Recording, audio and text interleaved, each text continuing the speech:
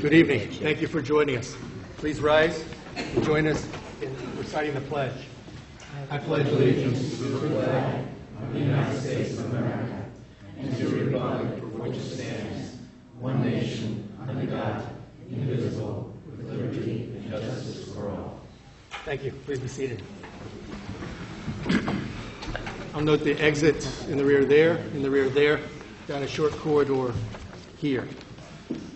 First, I'm delighted to recognize Eagle Scout David Mitchell. David, are you with us this evening? We have a proclamation for you. Welcome. Please come up. Okay. Will, do you have that proclamation? We have it down. Okay. Just stand by the podium now, okay?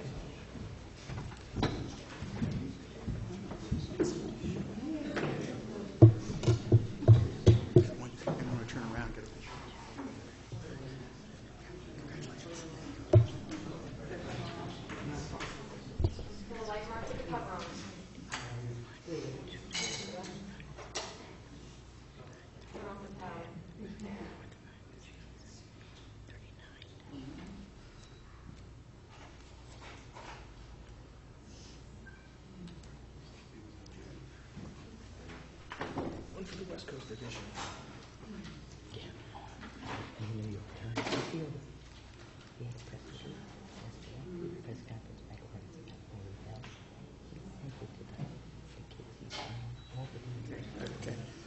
I'd like to read the proclamation for Dave.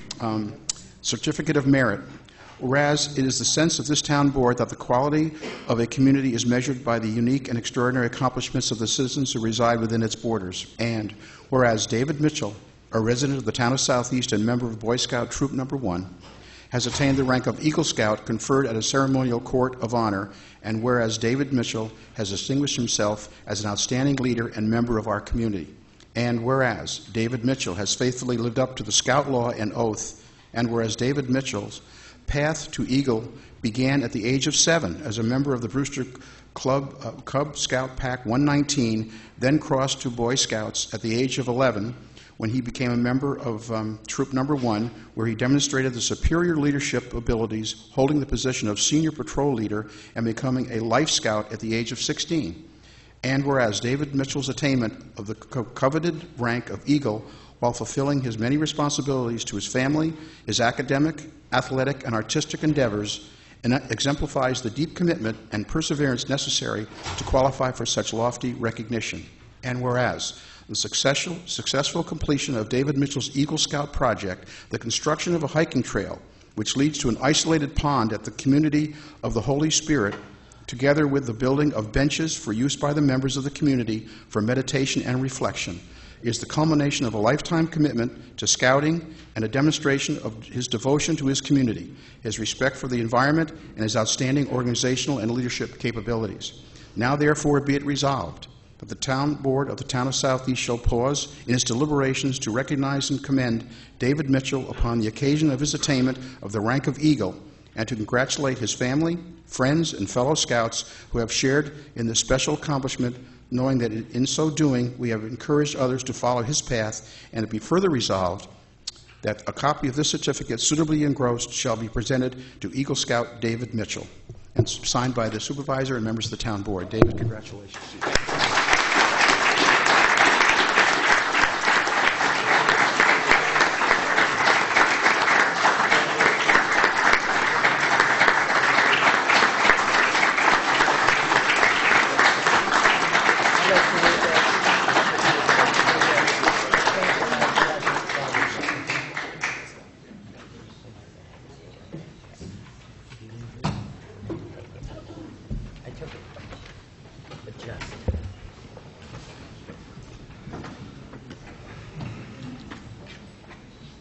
I move we open the meeting. Is there a second? Second.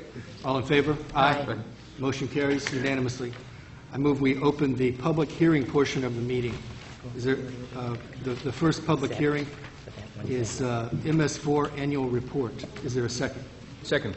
All in favor? Aye. Motion carries unanimously. Hi, Graham. Thanks for joining us tonight. Would you like to brief us about the MS4 annual report, please? Absolutely. Good evening, everyone. My name is Graham Trelstad from AKRF. I'm the town's planning consultant. This evening we have a public hearing on the town's annual report to the New York State Department of Environmental Conservation, or DEC, on the annual progress for compliance with the so-called MS4, or Municipal Separate Storm Sewer System requirements. The town is a regulated MS4 according to New York State DEC and must prepare a stormwater management program, which the town did a number of years ago, and must demonstrate on a regular basis annually ongoing compliance with the requirements of the general permit. The MS4 annual report is in a format established by New York State DEC. The town has prepared an annual report and posted it on the town's website.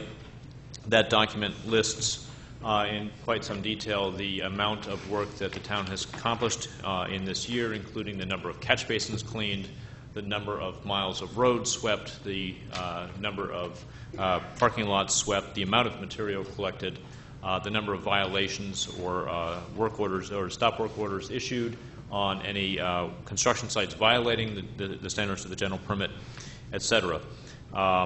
The town is required to have some form of comment on the annual report and has selected to have a public hearing format, which is tonight. Anybody who does comment tonight is free to do so.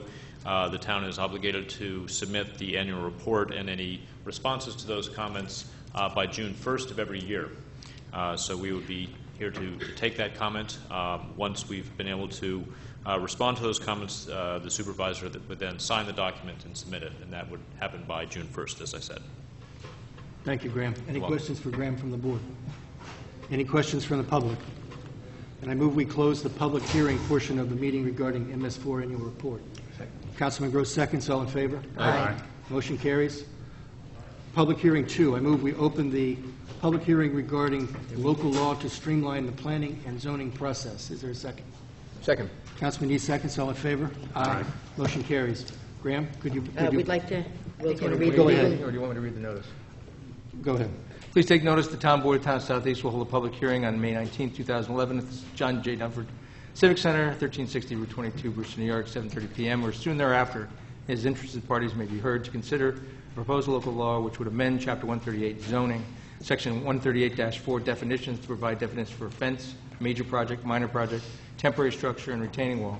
Section 138-41 application procedures to provide a new paragraph L to prevent waivers of public hearings on minor projects, and a new Article 18 entitled Fences and Stone Walls to provide regulations relating to existing and proposed fences and stone walls, establishing criteria for fence permits, providing for exemptions from regulation, and provide application procedures for fence permits. A copy of the proposed local law is available for inspection at the Office of the Town Clerk during normal business hours. Thanks, Will. So I move we open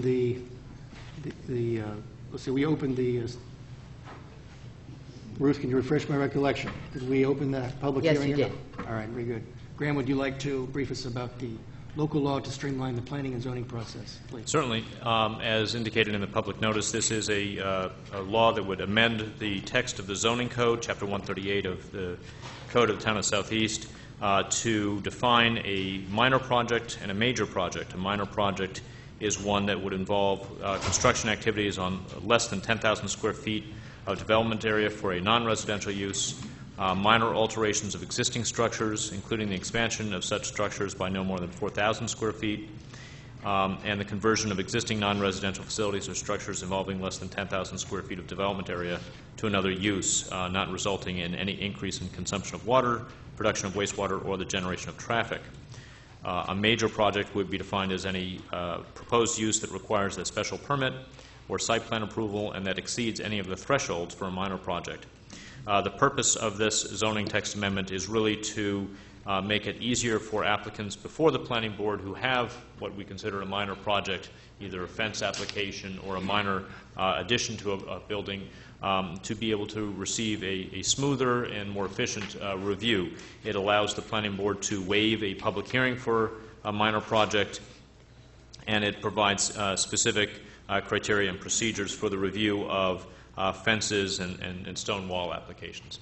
As background, the Planning Board has received a number of applications recently for small businesses that wish to erect a fence or to make a minor addition, and because of the way the law is constructed, it requires several months of review, which could be costly and burdensome to the small business. The Planning Board recommended these changes to the Town Board as a way to try to make the town a little bit more business-friendly and also friendly to its residents, because a number of residents do get caught up in some of these provisions of the code. So it would not change the underlying zoning for or use restrictions in a district, but it would make it possible for certain small applications to receive a streamlined review. Thank you, Graham. Any questions for Graham from the board? Any questions from the public? Then with no questions, I move we close the public hearing regarding the local law to streamline the planning and zoning process. Is there a second? Councilman Gross seconds. All in favor? Aye. The third public hearing tonight is the local law to amend... I'm sorry, Mr. Supervisor, was the public hearing closed as well? Yes. Okay. Item C, local law to amend the architectural review of projects. I move we open the public hearing regarding the local law to amend the architectural review of projects and waive the reading of the notice. Is there a second? Second. All in favor? Aye. Graham, would you brief us about this, please? Absolutely. This piece of legislation would amend Chapter 3 of Town Code entitled Architectural Review Board. This piece of legislation should be considered as part and parcel of the previous one, but we have separated them out as two separate actions. This carries forward the definitions of major project and minor project as defined in the zoning code, or Chapter 138, and provides that a minor project would be subject to ARB review and report to the Planning Board as opposed to coming to the Town Board. Those projects that are considered major projects would still be reviewed by the ARB, who would submit an advisory report to the Town Board as currently stands as the practice. This would allow the Town Board the ability to review major projects, most commercial applications, for consistency with community character and architectural design standards within the community, but it would also allow the Planning Board, as part of its site plan review, to receive that report from the ARB, again, as a way of streamlining the process for the minor project applications. So it preserves the intent of the Architectural Review Board, and it preserves the intent of the site plan review process, while also allowing for the Town Board to review the more significant applications. Thanks, Graham. Any questions for Graham regarding the local law to amend the architectural review of projects? So one question on paragraph, section 5 there, on getting permission from the ARB for properties to be commercial properties for any improvements of $5,000 or more. Does that mean then that personal properties, private dwellings, remains at the $15,000 line? No, those that would not apply. This only applies to the commercial properties. Okay. So the $15,000 doesn't apply currently to residential properties. That only applies to commercial properties. What is the benchmark for residential? Do you know offhand? There is no threshold for a residential, but I believe that there is no requirement for residential modifications to go to the ARB. Okay, thank you. Further comment? Public comment? Then I move, there being no public comment, I move we close the public hearing regarding the local law to amend the architectural review of projects. Is there a second? Second. All in favor? Aye. Motion carries unanimously. Public hearing 4. I move we open the public hearing regarding the amendment to Chapter 131-9, no parking, standing, or stopping, and that we waive the reading of the notice. Is there a second? Second. Councilman Cullen seconds. All in favor? Aye. Public hearing is open. Is there comment? Will, would you read the... No, we waived it, but go ahead and read it, because just to let folks know. Okay. Just so you understand the nature of the proposed amendment, it would be amending Chapter 131 of the Town Code entitled Vehicles and Traffic, Section 131-9, no parking and standing, to add a new paragraph which would prohibit parking or standing of motor vehicles along either side of Putnam Avenue from the intersection